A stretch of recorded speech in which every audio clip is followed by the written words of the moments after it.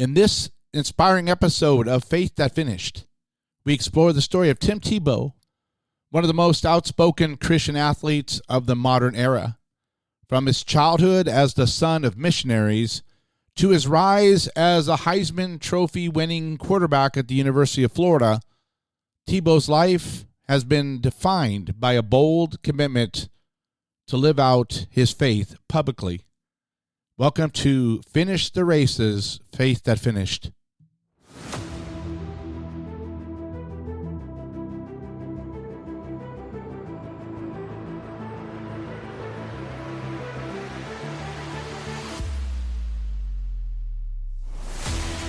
And welcome to Faith That Finished, the Finish Race series sharing true stories of believers who overcame impossible odds through their faith in Jesus Christ. Some believers live their faith quietly. Others live it publicly. And a few live it under stadium lights with millions watching every move. Thank you for joining me. Please check out our website at finishtherace.com, finishtherace.com for more information on what we're doing over here. And please like, share, and subscribe to this podcast, Finish the Race, wherever you get your podcast from. In today's podcast, we are reviewing the story of a quarterback who refused to hide his faith, even when it cost him his career. This is the story of Tim Tebow. His life would take him from missionary childhood to college football legend to one of the most polarizing figures in professional sports. But through praise, criticism, and failure, one thing remained constant. He would not stop pointing to Christ. A missionary childhood. Tim Tebow was born in 1987 in the Philippines. His parents were missionaries. His father, Bo Tebow, served as a pastor and missionary. His mother, Pam, helped run ministries and care for the community. Faith was not an occasional activity in their home. It was the center of life. Tim grew up seeing people pray, serve, and sacrifice for the gospel. Even before he understood football, he understood purpose. Before Tim was born, doctors warned Pam Tebow, his mother, that her pregnancy was dangerous. She had contracted a severe illness while serving overseas. The doctors recommended abortion, warning that the child might not survive. But the Tebows refused. They trusted God instead. Tim would later say that his life itself became a testimony of faith and courage, and that beginning shaped everything that followed. Tim was homeschooled by his mother. While some doubted that approach, it gave him discipline and focus. He trained relentlessly, he studied Scripture, and he developed a deep conviction to whatever platform he received in life, and it should be used to honor God. But no one yet imagined just how large that platform would become. The missionary child from a small ministry family was about to step onto a stage far larger than anyone expected.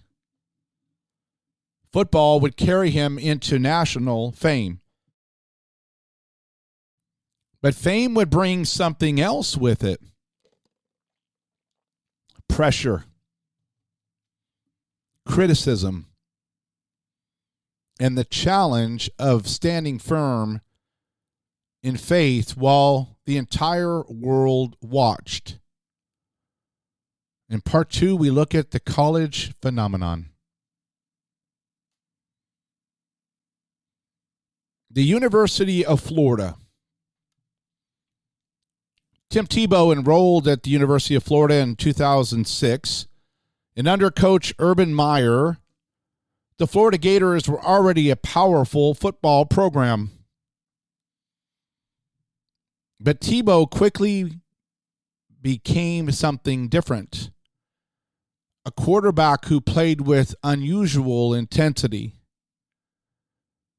who ran powerfully, who led his team emotionally, putting out an unrelenting effort. As a result, the fans of the Gators loved him, and their opponents feared him.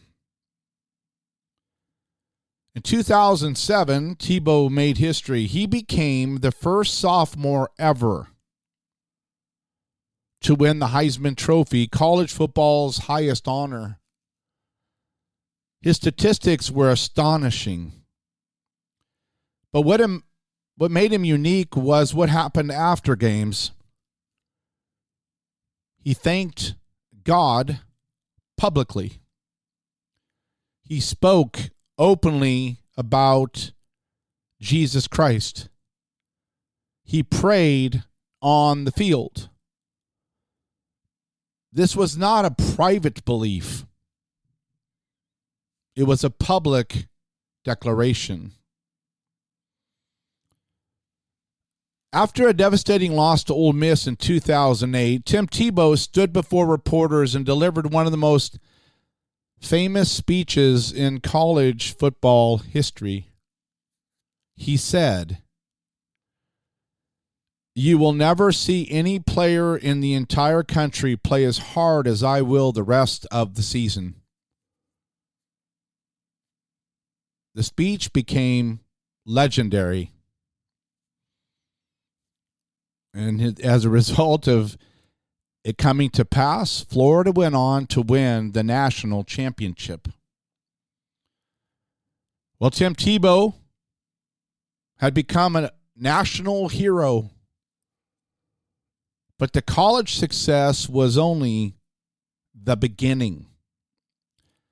The professional world, the NFL, would prove far less welcoming to his outspoken faith.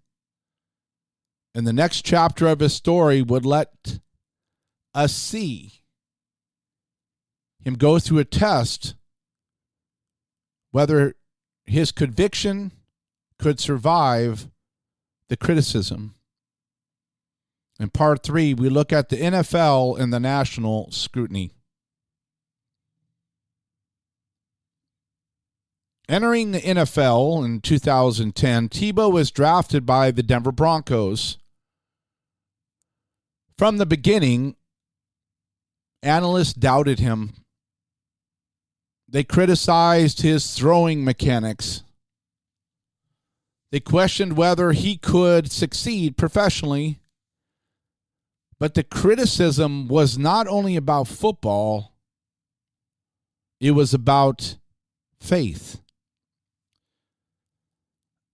In the infamous John 3:16 game during the 2009 college championship game, Tebow wore eye black with John 3:16 written on it. Millions watched the broadcast.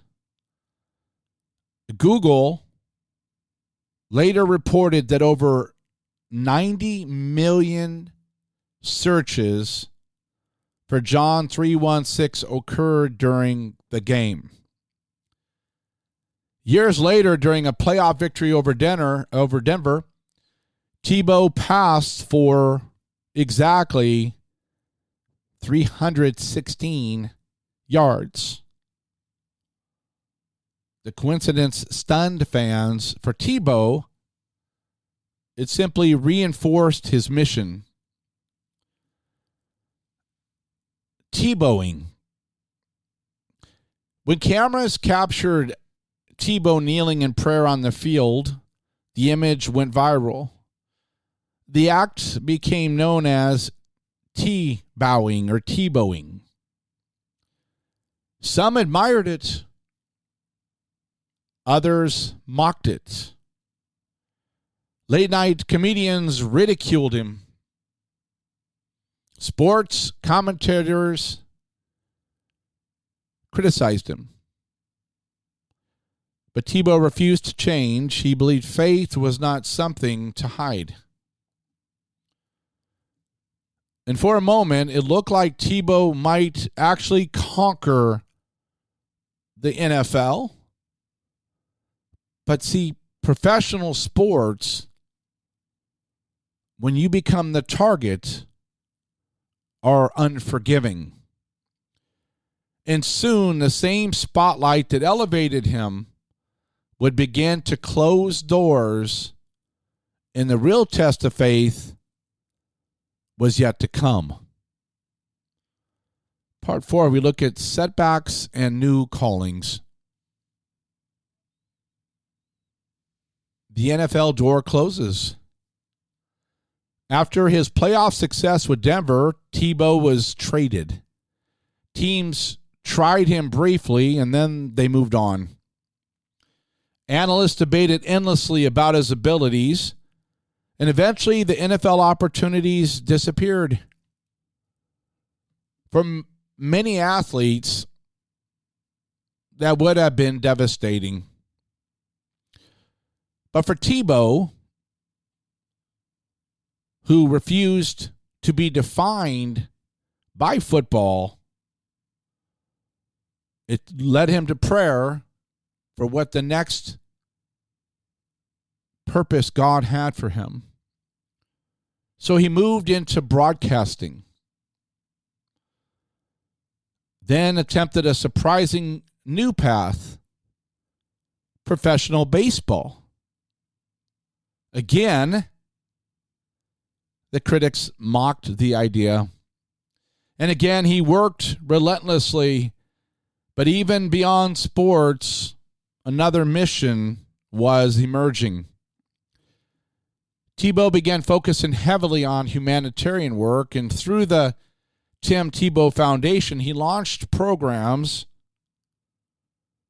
to rescue victims of human trafficking, to support children with special needs, to provide medical care in developing nations, to host night to shine events for individuals with disabilities. His platform became larger than sports. And the quarterback who once led national championships had discovered something deeper. Winning games was temporary. Changing lives was eternal.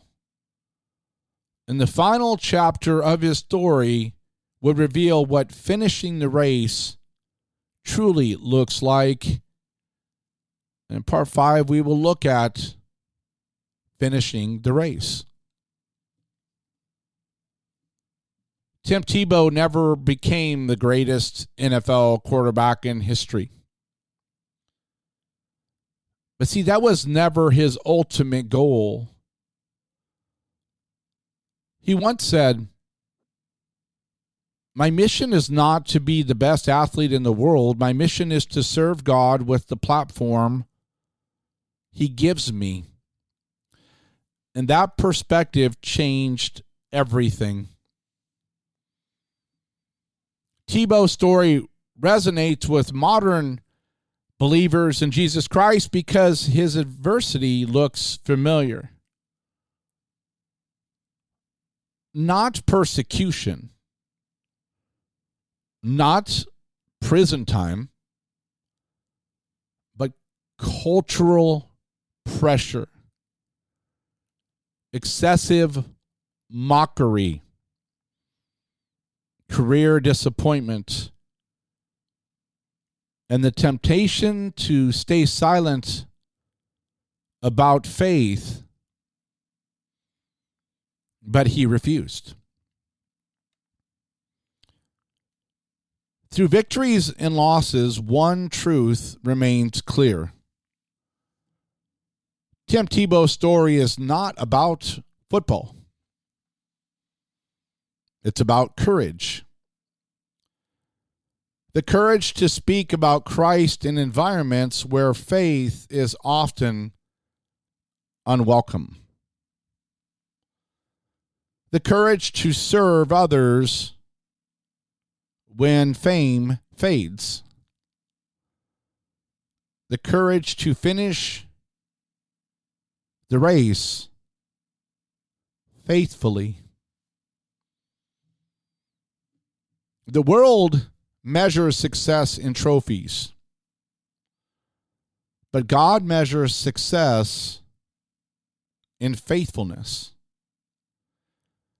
Tim Tebow reminds us that the brightest lights in the world are no match for a life lived for Christ. And finishing the race means using every platform, large or small, to point others to Him. Thank you again for listening to Finish the Race. Thank you for listening to our Faith That Finished podcast. And again, please check out our website at finishtherace.com, finishtherace.com. Until next time, this is Eric Thompson. I'll talk to you next time.